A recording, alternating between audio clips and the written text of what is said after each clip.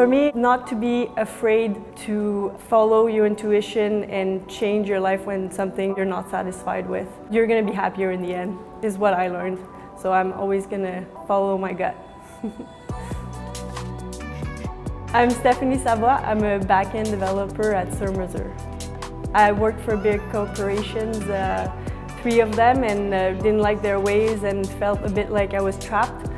I was wanting a change in my life. Learning how to code seemed like the kind of perfect opportunity, and it was well-timed. The thing I enjoyed the most was the 2-week project in the end. It's really a time where you put everything you learned together. In the end, you work with a group of 3 people or more and make an amazing project, and that experience was really valuable and something I bring with me every day to my job.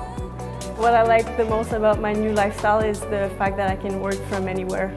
A co-working space at home or by the beach is my favorite.